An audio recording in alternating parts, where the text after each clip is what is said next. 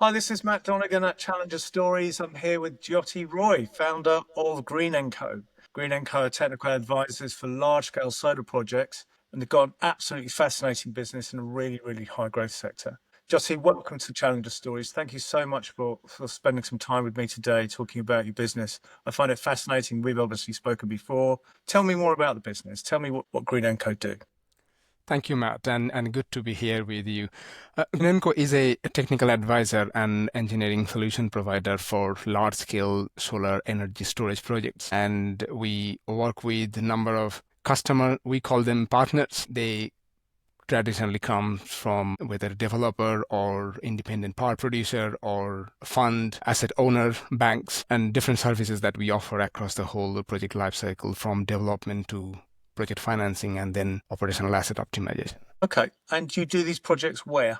Because the size of scale of project that you do, they're very large. They're very, very impressive. They're not domestic marketplace. So whereabouts you do them? So there are a number of markets we provide our services to. So far we have provided in 16 markets, largely in Europe, Asia, Southeast Asian markets, total 16 market where we have been providing the services to from our two offices. UK is being our headquarter, and looking into the growth trajectories in Southeast Asian market, we open our very first overseas office in India in 2023. So yes, from these two offices, we are providing services to these markets. So how many countries is it now in total? So far, 16.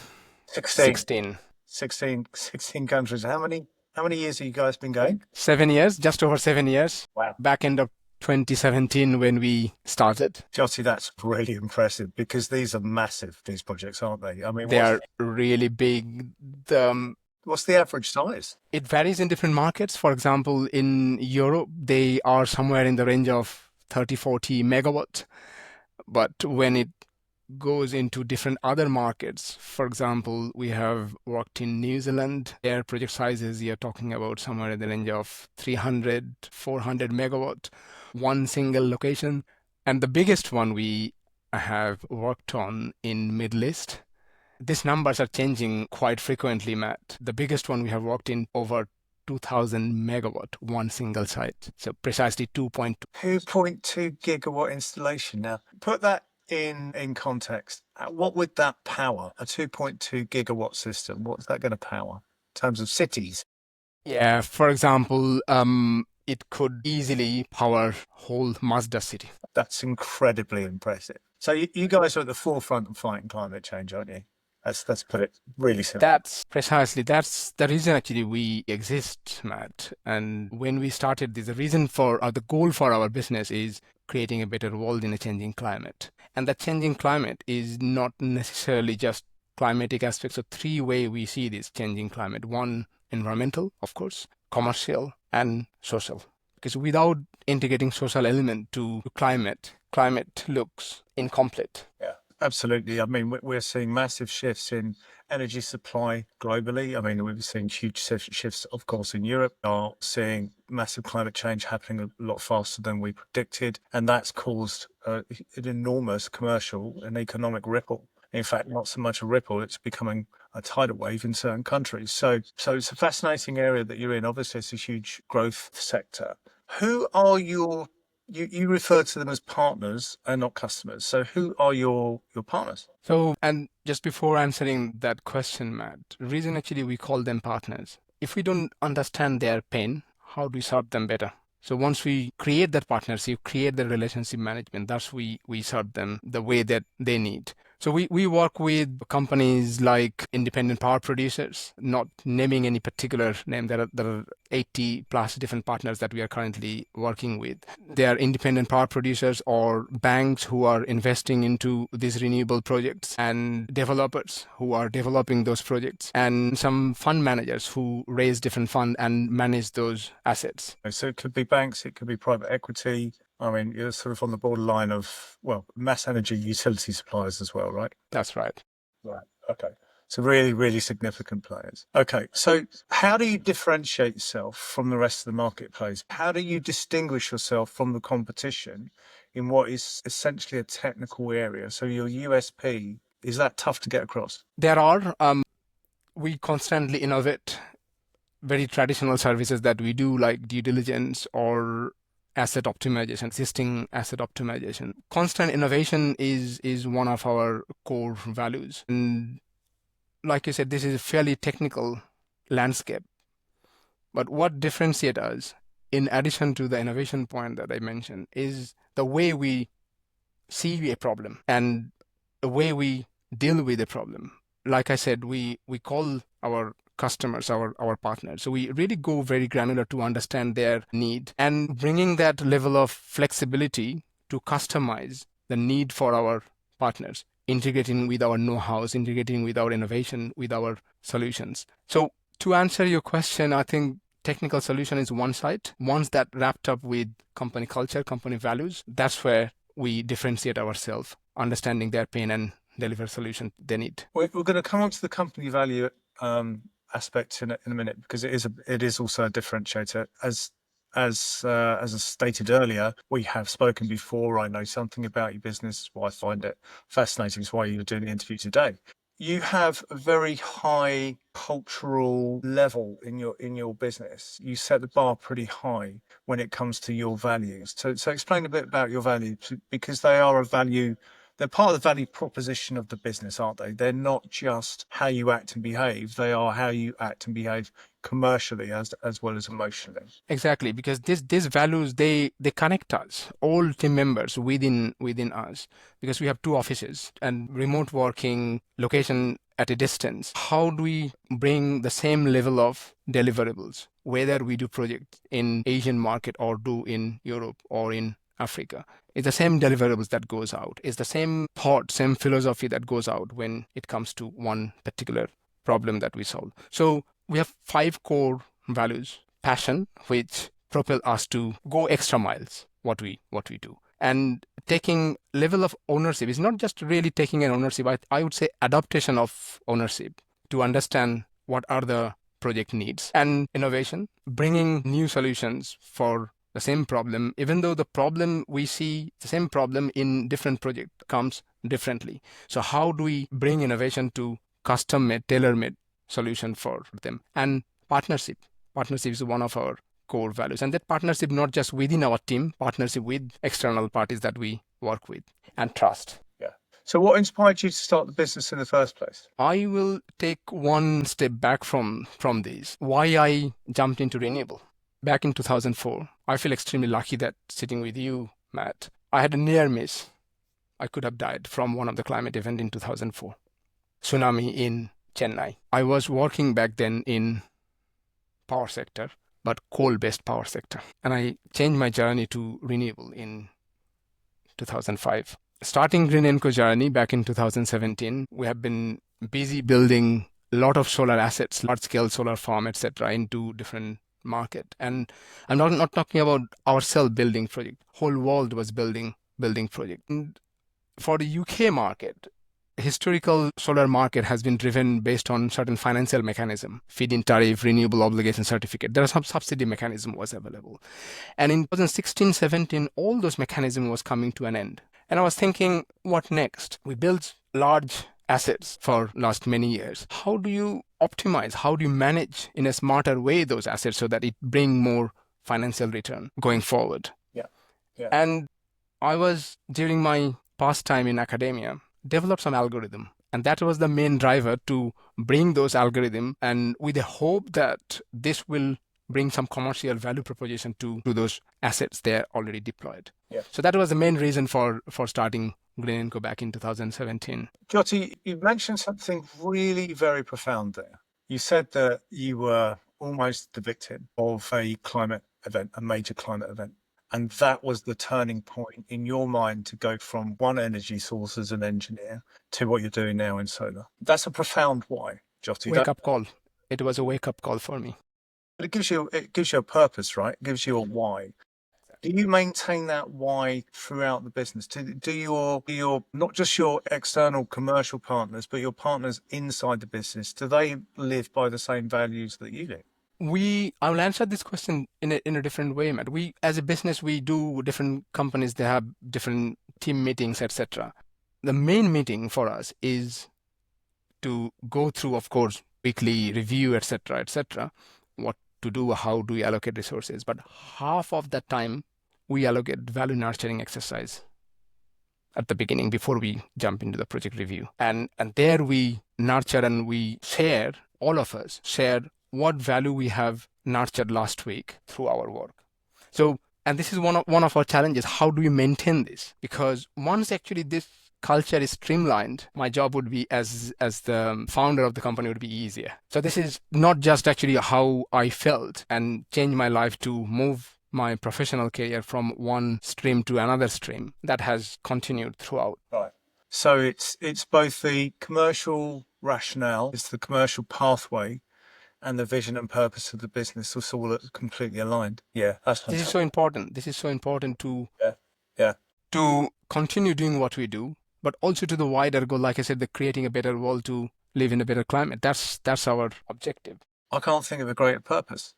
So it's been said, and there's philosophers have talked about this one particular aspect, that if you have a strong enough why, if you have a strong enough purpose, then as challenging as times become, running a business can be very challenging. If you have the why, then you'll find the how. You'll be able to deliver it, and you guys are definitely doing that.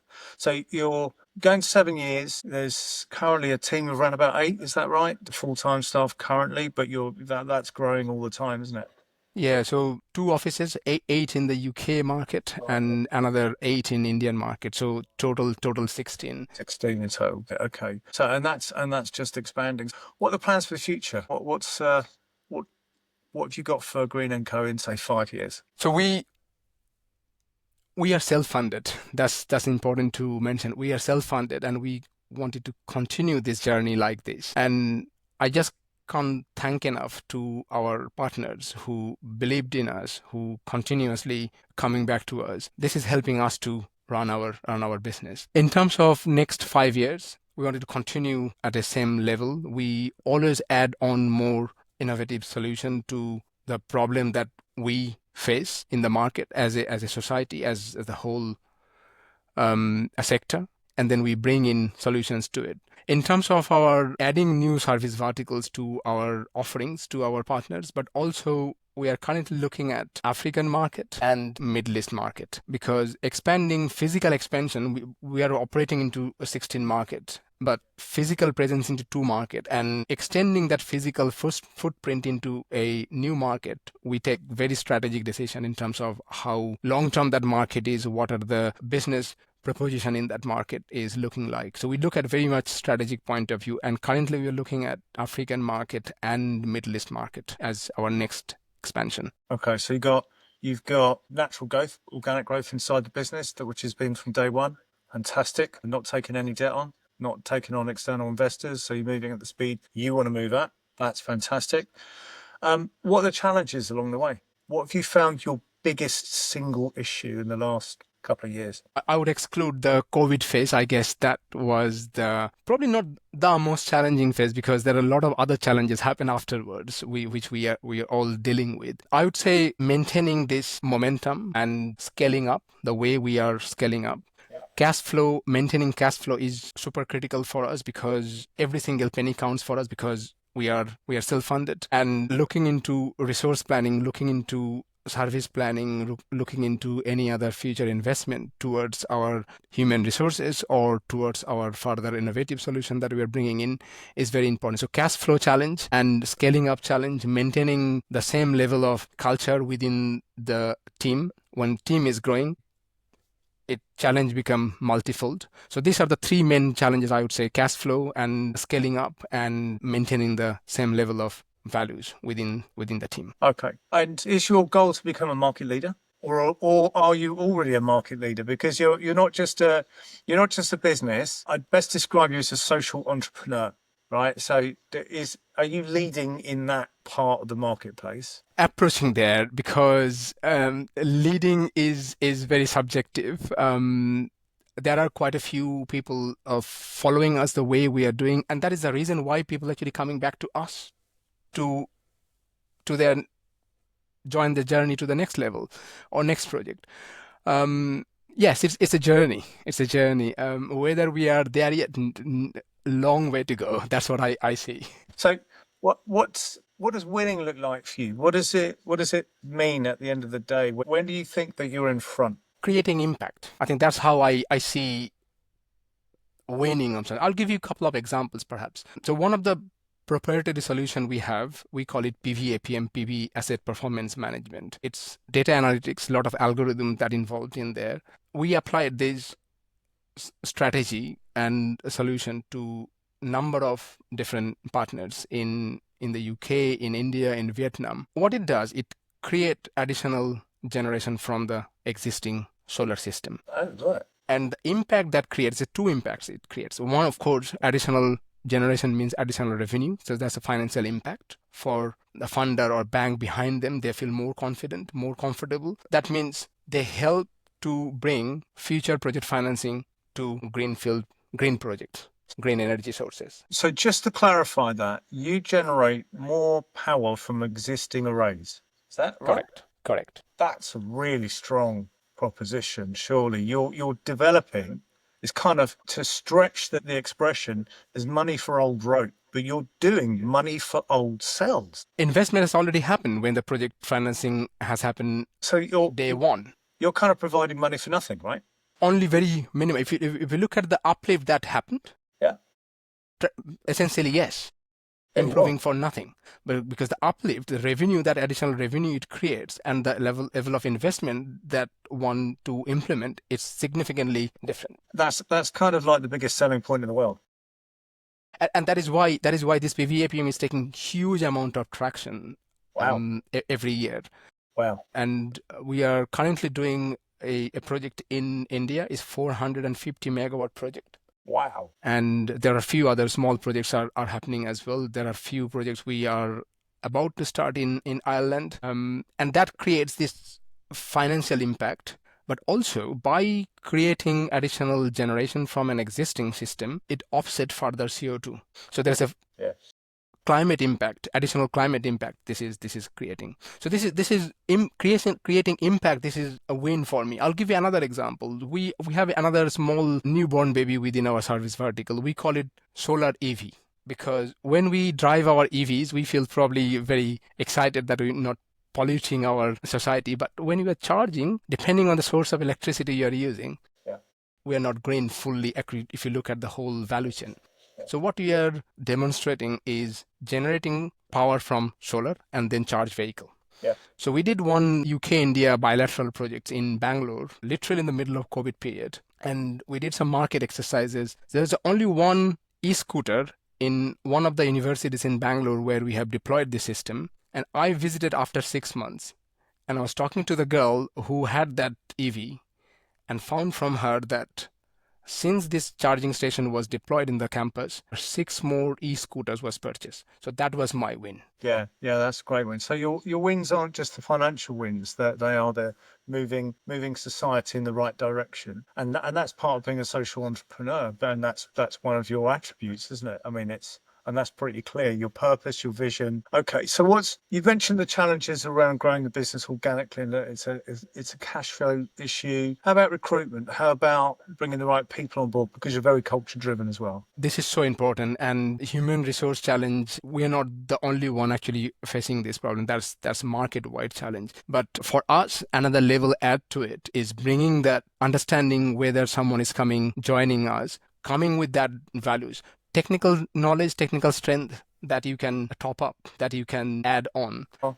The way I say is the attitude. That's how we really look at when we recruit people, is the attitude of the people. I'll give you an example. If I'm an expert on certain subject, but I do not want to do it, no one will force me to do it. Uh-huh. So it's the attitude that we really pay attention most when we recruit people. Absolutely. Higher on attitude and emotional intelligence as opposed to IQ or skills or knowledge base. I mean, you can train someone, you can teach someone technical knowledge. You can't teach them how to be a good person. I mean, that's a truism if ever I've heard it.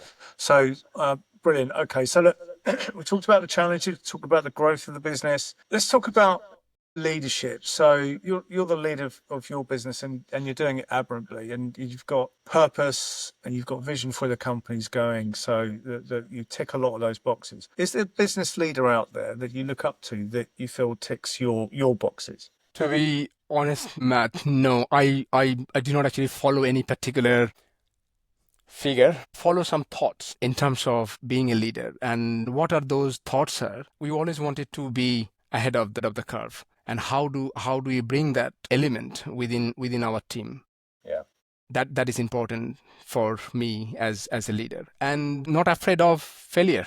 Yeah. Because failure is part of journey. And You only learn by failure. You don't learn exactly. Better we accept, and then it build up courage and go to the next level. Bringing flexibility or adaptability of the change of world that we are, or dynamic world where we are all exposed to at the moment.